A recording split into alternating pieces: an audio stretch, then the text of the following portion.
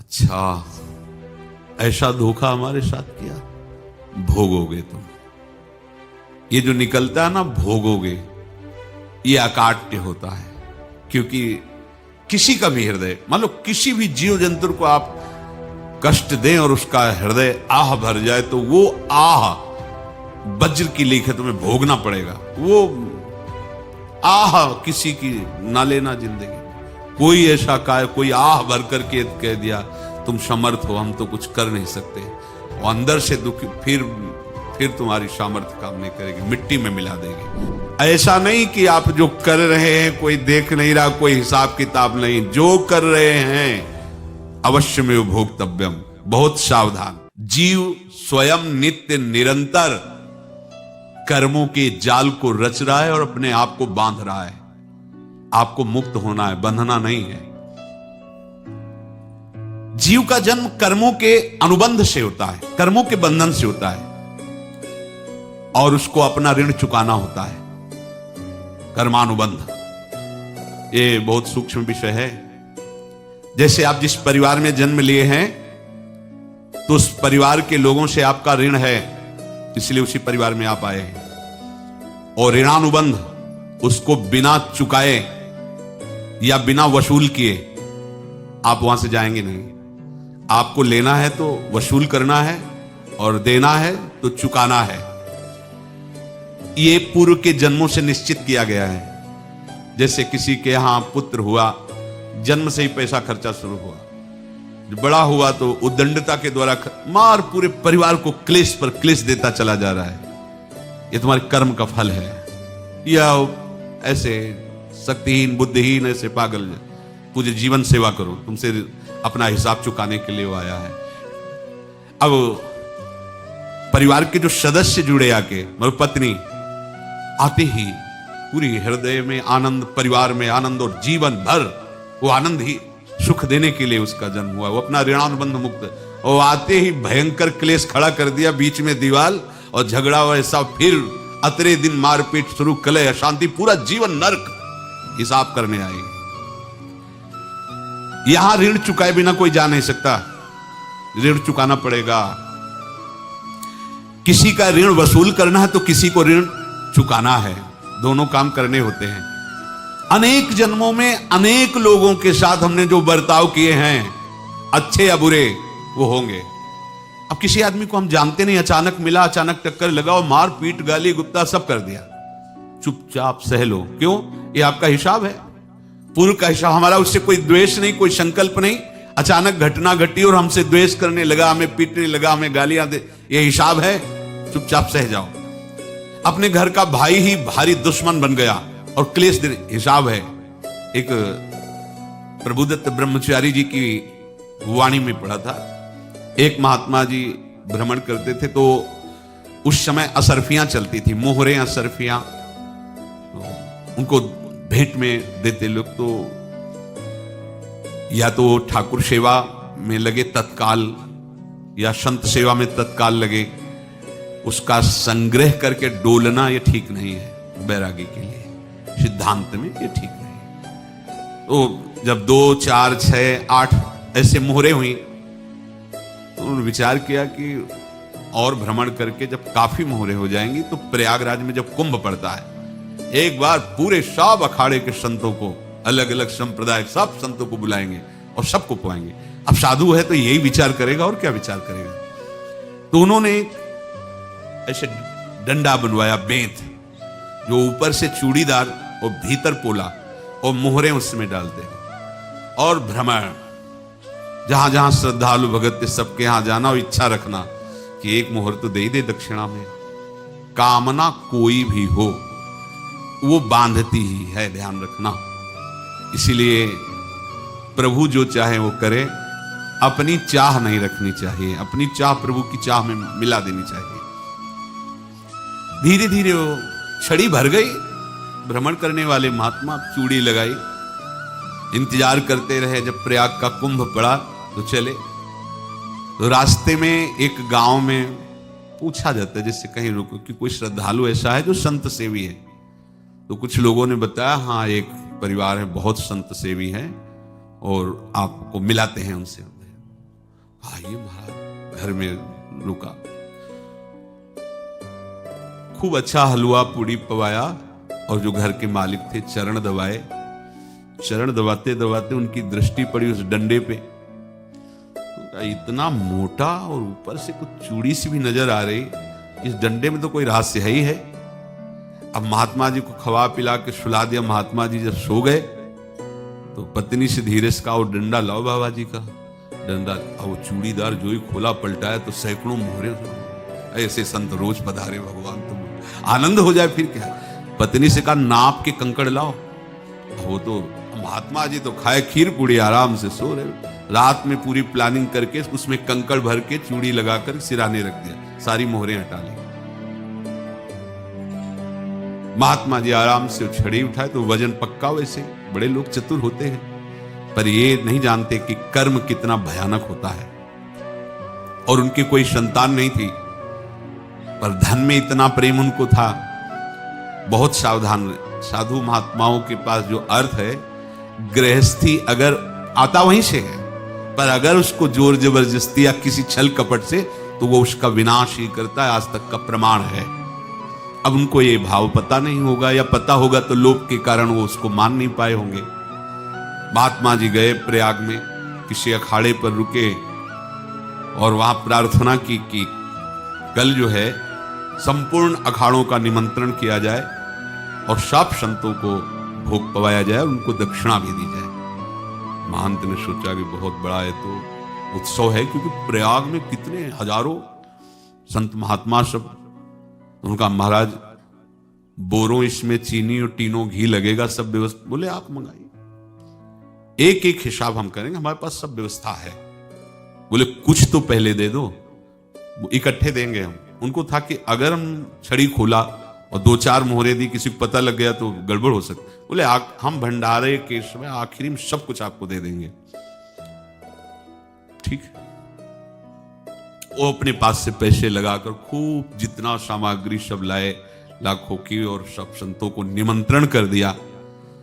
संत जन निमंत्रित हो गए, भंडारा बन रहा है। तब वहां के महंत है, उनका देखो भंडारा भी बन रहा है, संतों को निमंत्रण। अब आप अर्थ की व्यवस्था कीजिए, क्योंकि इतनी बड़ी हमारी सामर्थ्य नहीं थी जितना हमने किसी तरह हमने व्यवस्था की। अब मुझे अर्थ चाहिए, तभी आगे की व्यवस्था बढ़ेगी। संतों को दक्षिणा देंगे और जिनसे अर्थ लिया उनको दे। देखो रसोई बन गई है सब। उनका छत में विश्वास नहीं, तो यार चूड़ी खोली। उनको तो था ना कि मोहरे हैं कंकड़। तो अब जैसे कितना उनको सदमा लगा होगा, हजारों संतों का निमंत्रण, रसोई बन, मतलब संत हो के छल कपट। तो उनका महाराज आपने तो हमारा नाश कर दिया, जो महंत थे। अब बताओ रसोई बन गई, संत निमंत्रित हो गए, और आप ये कंकड़ दिखा रहे हैं हमको। आपने तो हमें बर्बाद कर दिया, हमारी इतनी सामर्थ्य नहीं थी, आप पहले बता देते। संत होकर ऐसा छल कपट। अब वो बोले तो क्या बोले, क्योंकि उनको पता था कि मोहरे हैं इसमें। अंदर से उनका चिंतन गया उसी सेठ के पास, अच्छा ऐसा धोखा हमारे साथ किया, भोगोगे तुम। ये जो निकलता है ना भोगोगे, ये अकाट्य होता है। क्योंकि किसी का भी हृदय, मान लो किसी भी जीव जंतु को आप कष्ट दें और उसका हृदय आह भर जाए, तो वो आह वज्र की लिखत में भोगना पड़ेगा। वो देखो भीष्म जी को भोगना पड़ रहा है। सांप को ऐसे धनुष की नोक से उठाया और बंबूल के कांटों के ऊपर फेंक दिया, कई दिन तक शेदा हुआ, वो आह भर करके मरा। तो आपको 6 महीने बाणों की सैया पर आह किसी की ना लेना जिंदगी। कोई ऐसा कोई आह भर करके कह दिया तुम समर्थ हो, हम तो कुछ कर नहीं सकते, और अंदर से दुखी, फिर तुम्हारी सामर्थ्य काम नहीं करेगी, मिट्टी में मिला देगी। फिर ये तो संत थे, और भगवत आराधना के लिए, संत आराधना के लिए ही ऐसा किए हुए थे। अब इनका कैसे मुंह दिखाएं, अब क्या करें। सुबह संत जन आएंगे, सबके बीच में हमारी कि देखो इन्होंने, अब क्या करें। गए और संगम में जाके छलांग लगाई, अपने प्राण त्याग दिए। अब उनके तो पास मोहरे थी और व्यापार बढ़ा, और 9-10 महीने बाद ही लड़का हुआ। अब तो उनको कि संत फलीभूत हो गया। देखो व्यापार चल रहा, लड़का नहीं होता था, लड़का भी हो गया। बड़ा आनंद छा रहा है। जब से वो प्रकट हुए और धन की वृद्धि शुरू हो गई, पढ़ाई लिखाई में उनके खर्चा हुआ सब। बस बीमारी शुरू हो गई उनके शरीर में। अब उसमें पैसा जाना शुरू हुआ। इतने आसक्त वो दोनों हो गए कि कुछ भी हो, व्यापार ठप, संपत्ति बेचना शुरू। तो उन्होंने कहा कि बेटा मैं क्या कर सकता हूं तुम्हारे लिए? बोले हमारी अंतिम इच्छा है प्रयाग चलो, और जितने प्रयाग में संत महात्मा सबको एक बार भंडारा करवाओ, हमारी इच्छा अंतिम है। क्योंकि अंतिम यही इच्छा थी। बोले अब ज्यादा संपत्ति तो नहीं रह गई। तो बोले घर बेच दो, मेरे लिए ही तो है, बेच दो। मुझे लगता मैं बचूंगा नहीं, पर मेरी अंतिम इच्छा पूर्ण कर दो। घर बेच दिया, जेवर बेच दी। वहां गए, जब संत सेवा की तो बोले मुझे संगम तक ले चलो। संगम तक ले गए और बोले समझे तुम चुराए थे और हमने उसको छीना है, कुछ नहीं रह गया तेरे पास कुछ, अब केवल ममता और आसक्ति में जलकर मर और नरक प्राप्त कर। मैं वही महात्मा हूं जिसकी तूने मोहरे ली थी, शरीर छोड़ दिया। महात्मा को जन्म लेना पड़ा और इनको दुर्गति भोगनी पड़ी। ऋणानुबंध, होश में। ऐसा नहीं कि आप जो कर रहे हैं कोई देख नहीं रहा, कोई हिसाब किताब नहीं। जो कर रहे हैं अवश्य में भोक्तव्यम, बहुत सावधान। अनेक जन्मों में अनेक लोगों से जो कुछ लिया दिया है, इस लेने देने को मिटा देने के बाद ही तुम मुक्त हो गए। इसीलिए एक उपाय है, लेना न देना मगन रहना। क्या? मालिक को समर्पित हो जाओ, मालिक को अपना माना हुआ समर्पित कर दो, खत्म। अहम त्वाम स्वरूपापेभ्यो मोक्षयिष्यामि, सब खत्म। आगे पीछे लेना देना सब खत्म। एकादश स्कंद में भगवान श्री कृष्णचंद्र जी ने कहा जो मेरे चरणों का आश्रय लेकर भक्त मेरा भक्ति करता है, उसके पितृ ऋण, मातृ ऋण, देव ऋण, ऋषि ऋण, सब ऋणों से मैं मुक्त कर देता हूं। बस यही एक उपाय है जो इसके बंद करने का उपाय भक्तों के लिए है। वो यही है, भगवान की शरण में होकर अपना माना हुआ पूरा भगवान के अर्पित कर दो। अर्पित करने का तात्पर्य उसमें अहम हटा दो। तो दियम वस्तु गोविंदम तुभ्यमेव समर्पये। जिनसे तुमने सेवा करवाई है उनकी सेवा करनी पड़ेगी। जिनसे तुमने जो कुछ लिया है उनको देना पड़ेगा। ये लेने देने का व्यापार जब तक समाप्त नहीं होगा तब तक तुम्हारा जन्म मरण चलता रहेगा। अब आपको यहां समझना है, यदि आपसे किसी ने पैसे लिए बेईमानी करके नहीं दे रहा है तो आप उसको गाली मत दीजिए, आपने बेईमानी की थी इसलिए आपकी बेईमानी हुई है, ले गया, कोई बात नहीं है, बंधन से मुक्त हुए। जो बोझा था चला गया। उसको ऐसा ना देखे कि ये बेईमान हमारे रुपए मार लिए, अब जो कुछ होगा देखेंगे।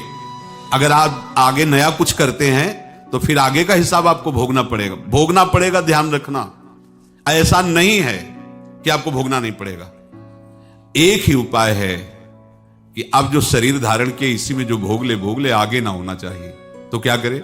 सर्वतो भावेन भगवान की शरण ले ले। ये तो सर्वाणि कर्माणि मयि सन्न्यस्य मत्पराहा अनन्येनैव योगेन माम ध्यायन्तु उपासते तेषामहं समुद्धर्ता मृत्यु संसार से। ये बड़ा कठिन है पार होना, कोई छोटी मोटी बात है।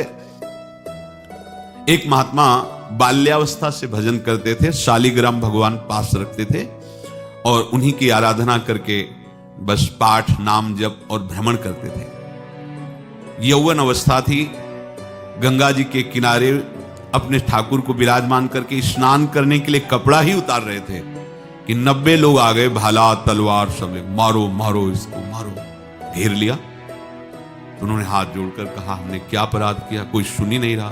तो उन्होंने कहा मार तो डालोगे ही आप 90 लोग, हम कोई अस्त्र शस्त्र तो लिए नहीं, एक बार हमें गंगा में डुबकी लगा देने दो और अपने ठाकुर को स्नान करा देने दो, इसके बाद आप मार देना। भगवत इच्छा से लोग रुक गए, स्नान किया और अंदर से प्रार्थना की, प्रभु ये क्या लीला है आपके सिवा मेरा कोई है नहीं और ये मुझे मारना चाहते हैं।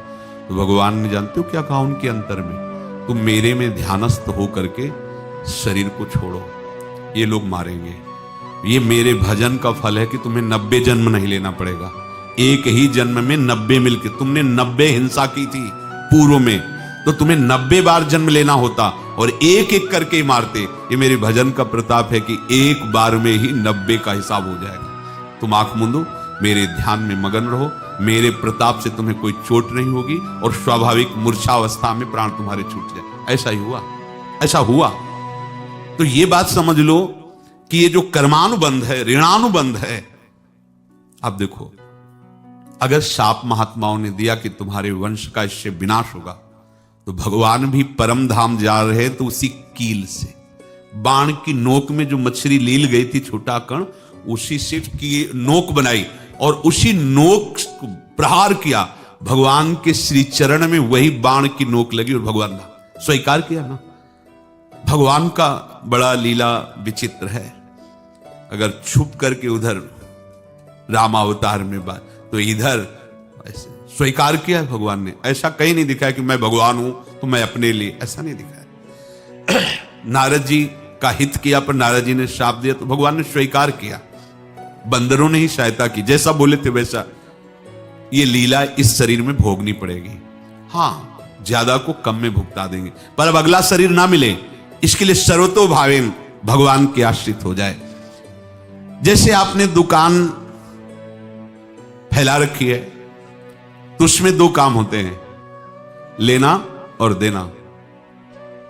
किसी को उधार दिया है तो हमें उससे लेना है, और कोई नगद देकर सामान ले रहा है तो उसे सामान देना है, या उधार लिया है तो हमें उधार देना है। अब अगर दुकान बंद करनी है तो तुम्हें देने वालों पर जोर देना है, लेने वालों पर जोर नहीं। लेने वाला तो जवाब क्षमा किया, समर्पित किया, हमारा कोई संबंध नहीं, खत्म हो जाए, वो खुशी हो जाएगा। लेकिन देने वाला तुम अगर दुकान भी उठा दोगे तो जहां भी रहोगे तुम्हारे पास वो आएगा, लाइए हमारा। तो देने पर नजर रखिए, जिसका जिसका हिसाब है वो आपके सामने आता जाए, हटाते जाओ। लेने पर नजर मत रखिए और दुकान फौरन उठा दीजिए, नहीं अगर लेते देते रहे तो चलता रहेगा। आगे चलकर कुछ लेना न देना, मगन रहना बस अपने प्रभु के चिंतन में। अब हम कैसे जाने कि किसको क्या देना है, हमें क्या पता। तो हम पूरा हिसाब जिनको पता है उनको दे देते हैं, समझ रहे हो? उनको पता है क्या लेना है क्या देना है, तो इनके पास पहुंच गया, या सरकारी हिसाब से सब बराबर कर देंगे। हमको अपनी जिम्मेवारी इनकी चरणों में समर्पित कर देना है, तभी हम जीवन मुक्त होंगे। ये रहस्य की बात है। प्रभु कह रहे हैं, यस्य सर्वे समारंभाः काम संकल्प वर्जिताः ज्ञानाग्निदग्ध कर्माणं तमाहु पंडितम बुधाः। जिसके संपूर्ण कर्मों के आरंभ संकल्प और कामना से रहित हैं, तथा जिसके संपूर्ण कर्म ज्ञान रूपी अग्नि से जल गए हैं, उसको ज्ञानी जन भी पंडित कहते हैं, बुद्धिमान कहते हैं।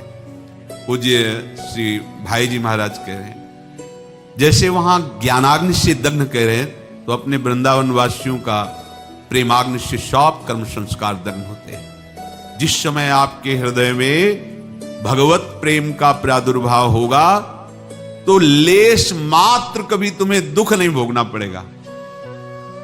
प्रेम का प्रादुर्भाव होते ही दुख का नाश हो जाता है, महासुख। जब प्रेम का प्रादुर्भाव होगा तो समस्त पाप भस्म हो जाते हैं, अशांति नष्ट हो जाती है, संसार ज्वाला स्पर्श भी नहीं कर सकती है। जब भगवत प्रेम का प्रादुर्भाव होता है तो हो सकता है उस उपासक के जीवन में दुखों का पहाड़ टूट पड़े, परिवार खिलाफ, शरीर रोगी, अव्यवस्था, बहुत बहुत कुछ, सब कुछ। कह रहे हैं इतना सब होने पर भी उसके हृदय में कोई भी दुख नहीं होता। ऐसा सामर्थ्यशाली भगवत प्रेम है। भगवान के चरणारविंद का जिसके हृदय में प्रेम है, भारी से भारी दुख भी उनको विचलित नहीं कर सकता।